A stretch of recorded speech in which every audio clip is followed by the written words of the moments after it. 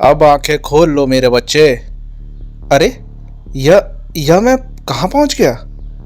बताओ ना जादूगर, मैं यहाँ कैसे पहुँच गया और यह स्थान कौन सा है? यह मेरा वह गुप्त स्थान है जहाँ मैं रहता हूँ, इसीलिए इस स्थान के बारे में मैं कुछ नहीं बताऊँगा। आंखें बंद करके पलक झपकते ही तुम्हारे गांव से सैकड़ों मील दूर मैं अपनी जादुई शक्ति की गति से तुम्हें यहाँ लाया हूँ। हे भगवान, यह काले कुत्ते कितने विशालकाय और भयानक हैं। इतने विशालकाय और भयानक काले कुत्ते मैंने कभी नहीं देखे। कहीं ये जादुई कुत्ते तो नहीं है? समय आने पर स्वयं जान जाओगे मेरे बच्चे। जब अपना काम हो जाने के बाद मैं तुम्हें भी इन्हीं की समान बना दूंगा। गुरुदेव, पहले हम अंदर ही सफाई कराएं, फिर आप अंदर आइएगा। हाँ ठीक है, अंदर काफी धूल मिट्टी जमा हो गई होगी। वे नहीं चाहते थे कि विक्रम को उनकी वास्तविकता का कोई आभास हो, इसीलिए हबीब, तुम उस तरफ की सारी चीजें छुपाओ, मैं इस तरफ की छुपाता हूँ। ठीक है समीम। और दोनों शिष्य जादुई शक्ति के द्वारा भेद प्रकट करने वाली चीजों को गायब करने लगे। कैदियों, मच्छर बनकर दीवारों पर चिपक जाओ और यह कोठरी एक सुंदर मंदिर बन जाए। और पलक झपकते ही और उस गुफा का भयानक वातावरण किसी मंदिर के वातावरण जैसा पवित्र बन गया। महामाया भुजंगबली, अब कुछ समय के लिए आप भी अदृश्य हो जाएं तो बड़ी कृपा होगी। और जब विक्रम जादूगर त्रिकाल के साथ उस गुफा में प्रविष्ट हुआ, वाह, अद्भुत, विलक्षण, कितनी सुंदर व भव्य मूर्तियां हैं। इन्हें बनाने वाले निश्चय ही संसार के सर्वश्रेष्ठ शिल्पकार रहे होंगे। यही मेरे इष्ट देवता हैं। इनके ही आशीर्वाद से मैंने अनेक अद्भुत जादुई तथा मायावी शक्तियां प्राप्त की हैं। और मेरे बच्चे, अब तुम इस दीवार की ओर देखो।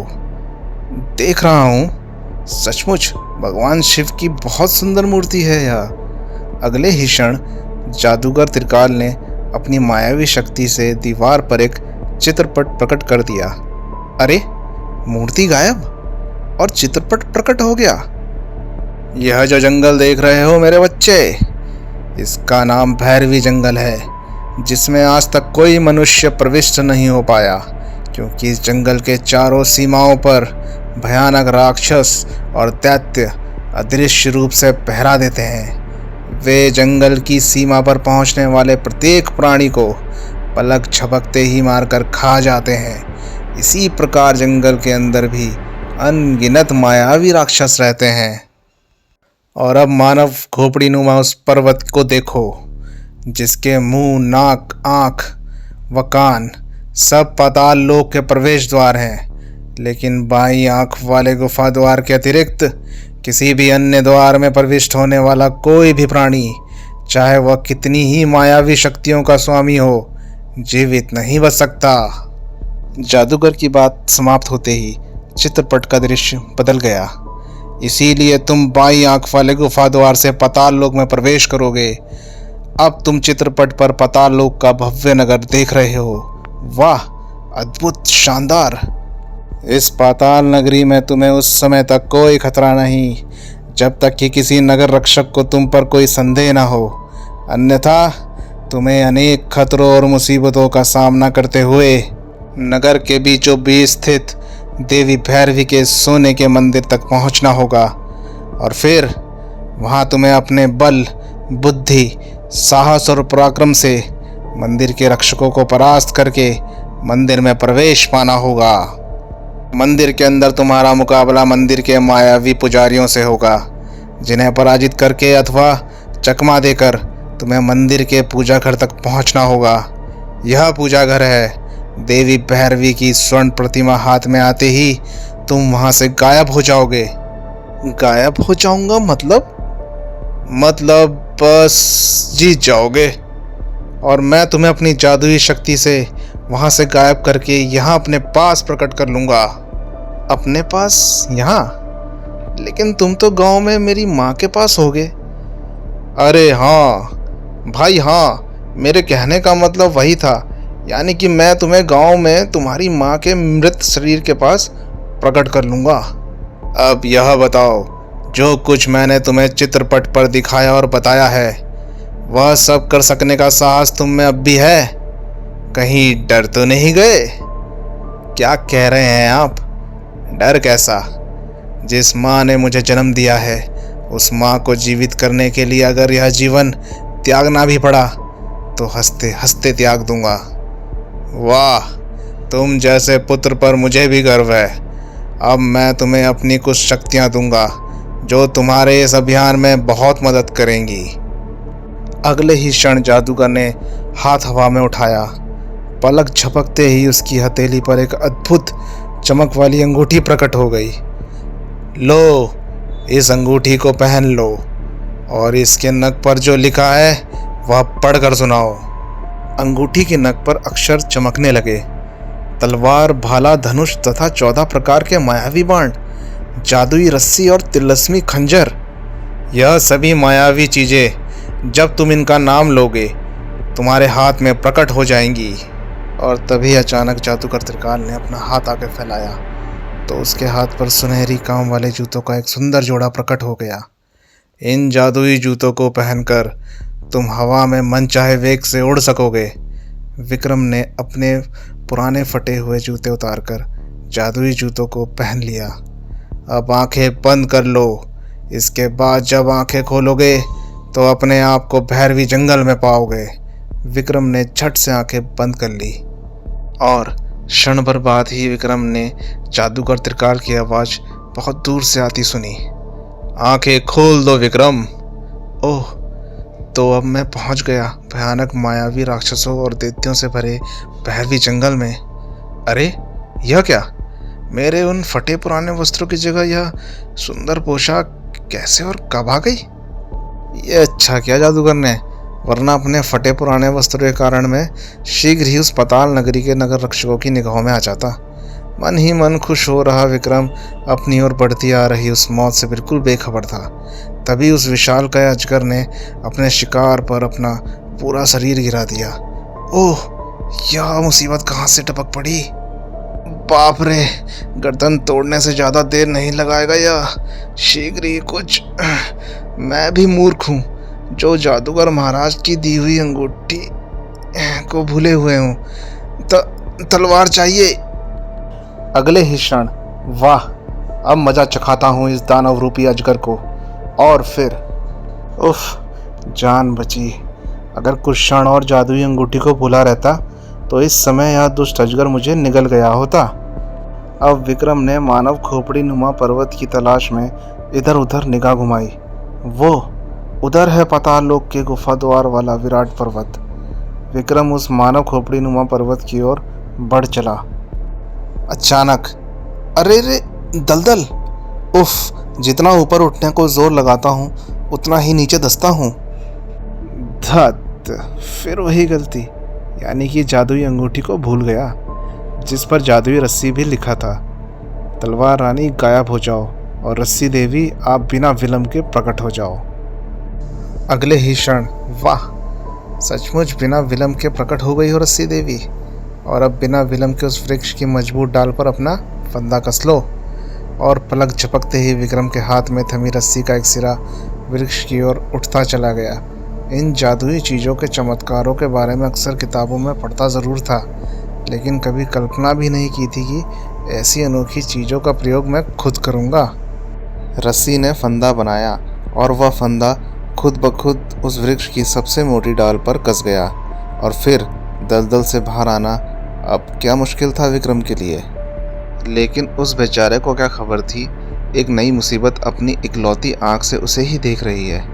रस्सी देवी, तुम्हारी ज़रूरत बाद में भी पड़ सकती है, इसीलिए यहीं मत लटकी रह जाना, यानी कि गायब हो जाओ फौरन। लेकिन इधर जैसे ही रस्सी गायब हुई, उधर झाड़ियों में खड़े इकलौती आंख वाले भयानक राक्षस ने जोर से सांस खींची। अरे, यह एकदम इतनी भयानक आंधी कैसे चल पड़ी जो मुझे उड़ाए ले जा रही है? तभी उसकी नज़र सांस खींचते उस भयानक राक्षस पर पड़ी। हे भगवान, यह आंधी नहीं चल रही है, बल्कि राक्षस सांस खींच रहा है ताकि मैं हवा के साथ उड़ता हुआ उसके मुंह में चला जाऊं। याद आया, उड़ तो मैं भी सकता हूँ। ऐ मेरे जादुई जूतों, उस भयानक राक्षस की विपरीत दिशा में उड़ाओ। अगले ही क्षण राक्षस द्वारा खींची जा रही तूफानी हवा को चीरता हुआ विक्रम राक्षस की विपरीत दिशा में उड़ने लगा। अपने शिकार को अपने से दूर जाता देख राक्षस ने उसकी ओर अपना एक हाथ उठा दिया। जा नहीं पाएगा मनुष्य। और आश्चर्य, राक्षस का हाथ तेजी से लंबा होता चला गया। तू मेरा आहार है और अपने आहार को मैं कभी नहीं छोड़ता।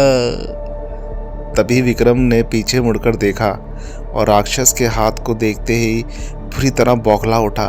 हे भगवान, ये क्या चमत्कार दिखा रहा है तू?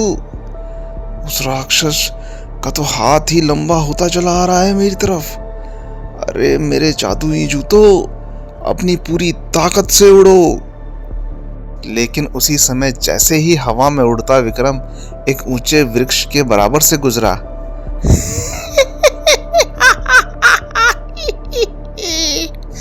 तो मेरा आहार है रे मनुष्य। हाय बाप रे, चुड़ैल या राक्षस नहीं। मैं न चुड़ैल हूँ न राक्षस नहीं, मैं हिम्बा दानवी हूँ। तभी एक आंख वाले राक्षस का सिर धड़ से अलग होकर तीव्र वेग से उड़ता हुआ दानवी के पास पहुंच चुके अपनी हाथ की कलाई पर स्थिर हो गया। फिर भयानक आवाज में चिंगाड़ उठा, इसे छोड़ दे हिम्बा, यह मेरा आहार है।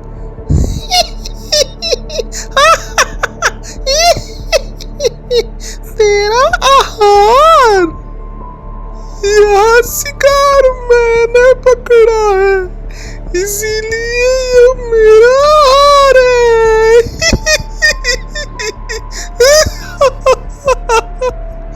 ओह नहीं, यह तो साबुत ही निकलने जा रही है मुझे। जादुई अंगूठी, मुझे धनुष और सम्मोहिनी बाण चाहिए। इधर विक्रम के हाथ में धनुष बाण प्रकट हुए, उधर राक्षस ने दानवी को अपना शिकार मुंह में की ओर ले जाते देखा तो गुस्से से आग बबूला होकर दानवी के जबड़े पर मुक्का जड़ दिया। नहीं हिम्बा, यह मनुष्य मेरा आहार है, मेरे हवाले कर, वरना मैं तुझे ही मार कर खा जाऊंगा। वाह, अब आया कुछ मजा। इधर विक्रम ने धनुष पर अपनी वह मायावी सम्मोहिनी शक्ति वाला तीर चढ़ाया, लेकिन असली मजा अब आएगा जब तुम दोनों पर मेरे इस तीर का सम्मोहिनी प्रहार होगा। उधर राक्षस के घूसे के प्रहार से तिल मिलाकर हिम्बा दानवी भयानक ढंग से चिंगाड़ उठी। अरे नीच, तूने मुझ पर प्रहार करके अपनी मृत्यु निश्चित कर ली है। मैं अभी अपनी सहेलियों को बुलाती हूँ। तो मैं भी अपने मित्रों को बुला लूंगा, लेकिन यह अच्छा नहीं होगा। हमारे आपसी युद्ध से यह पूरा जंगल नष्ट हो जाएगा, तो देवी भैरवी हम सबको कठोर दंड देगी। इसीलिए अच्छा यही होगा कि तुम मेरा शिकार मेरे हवाले कर दे। नहीं, अब तो तुझे मैं मुष्टि प्रहार करने की सजा दूंगी। और दूसरे ही क्षण उसकी भीषण आवाज से समूचा भैरवी जंगल थर्रा उठा। भैरवी जंगल के दानवियों, तुरंत अपनी सखी हिम्बा के अपमान का बदला लेने के लिए यहाँ जाओ। अगले ही क्षण भैरवी जंगल दानवियों की भयानक चीखों और अट्टहासों से थर्रा उठा। इसी बीच राक्षस ने भी भीषण गर्जन कर दिया। राक्षसों, इकलौती आंख वाले अपने साथी की मदद के लिए आ जाओ। बाप रे, अब निश्चय ही इस जंगल का सर्वनाश हो जाएगा। और इन विकराल राक्षसों व दानवियों के बीच होने जा रहे इस महासंग्राम के बाद मेरी तो एक हड्डी तक नहीं मिलेगी पूरे जंगल में। इसलिए यह युद्ध रोकना होगा और मेरे लिए यह कोई कठिन काम नहीं है, क्योंकि मेरे हाथ में इस समय यह मायावी धनुष और बाण है। तभी इस सारे फसाद की जड़ तू है मनुष्य, इसीलिए पहले तुझे खाकर तृप्त हो लूं। अरे हिम्बा, मुझे अकेले को खाने के लिए मरी जा रही है तू, जबकि इस जंगल में मेरे जैसे हजारों लाखों मनुष्य मौजूद हैं। हजारों लाखों मनुष्य? क्या बकता है रे मनुष्य? बकता नहीं, सच कहता हूँ। अब देख, जिधर देखेगी उधर मेरे जैसे अनेक मनुष्य तुझे घूमते नजर आएंगे। धनुष से छूटते ही उस बाण में से ऐसा अनोखा प्रकाश निकला जिसने भैरव जंगल के समस्त प्राणियों को चौंका दिया। और अगले ही क्षण इतने सारे मनुष्य जंगल में घुस आए और खुलेआम घूम रहे हैं। इनमें से अगर एक भी मनुष्य पाताल लोक में चला गया तो अनर्थ हो जाएगा। चबा जाओ इन सबको। सचमुच इतने सारे मनुष्य, हम सबके लिए कई महीनों तक का भोजन। वाह, तो सबसे पहले तुझसे ही पेट भरना शुरू करूं। जादुई अंगूठी, पर्वत भेदी बाण चाहिए। और पलक झपकते ही विक्रम के हाथ में एक बाण प्रकट हो गया। बड़ा मुलायम है, तुझे तो चबाना भी नहीं पड़ेगा। तुझे मालूम नहीं हिम्बा, मैं तेरी मौत हूं। दानवी के मुंह में पहुंचते ही उसने ऊपर की ओर वह पर्वत भेदी मायावी तीर छोड़ दिया। अगले ही क्षण जादुई जूतों, अब उस मानव खोपड़ी नुमा पर्वत की ओर उड़ा ले चलो। असली विक्रम गजब की फुर्ती से अपना बचाव करता हुआ अपने लक्ष्य की ओर उड़ता ही चला जा रहा था। अरे अब नहीं मैं आता किसी के हाथ। लेकिन जैसे ही विक्रम मानव खोपड़ी नुमा पर्वत के निकट पहुंचा, ओह, यह कैसा अद्भुत विमान उड़ता हुआ पर्वत के मुंह से बाहर आ रहा है। मनुष्य अपनी मायावी सम्मोहन से इस जंगल में उत्पात मचाकर अब पाताल लोक में घुसना चाहते हो, लेकिन अपने इस अपराध का दंड भोगे बिना अब तुम हिल भी नहीं सकोगे। ओह, यह क्या, मैं हवा में स्थिर हो गया। विक्रम को हवा में स्थिर करने के बाद विमान में सवार अद्वितीय रूप और यौवन की स्वामिनी स्त्री ने एक चमकती हुई गेंद नीचे फेंकी। अगले ही क्षण जंगल में नजर आते मनुष्य गायब हो गए और हवा में स्थिर विक्रम एक पिंजरे में कैद हो गया। भैरवी जंगल के प्रहरियों, अब तुम इस मनुष्य के मायावी सम्मोहन के प्रभाव से मुक्त हो, अतः सब अपने अपने स्थान पर लौट जाओ। इसके हाथ पैर काटकर इसे वापस उसी तांत्रिक त्रिकाल के पास भेज दिया जाएगा जिसने इसे देवी भैरवी की स्वर्ण प्रतिमा चुराने के लिए भेजा है। यह तो विद्रोही राजकुमारी अलका है, जिसे पाताल लोक की रानी कलावती ने तिलस्मी महल में कैद कर दिया था। फिर यह यहाँ कैसे आ गई? विद्रोही राजकुमारी अलका, आश्चर्य है, यह यहाँ कैसे आ गई?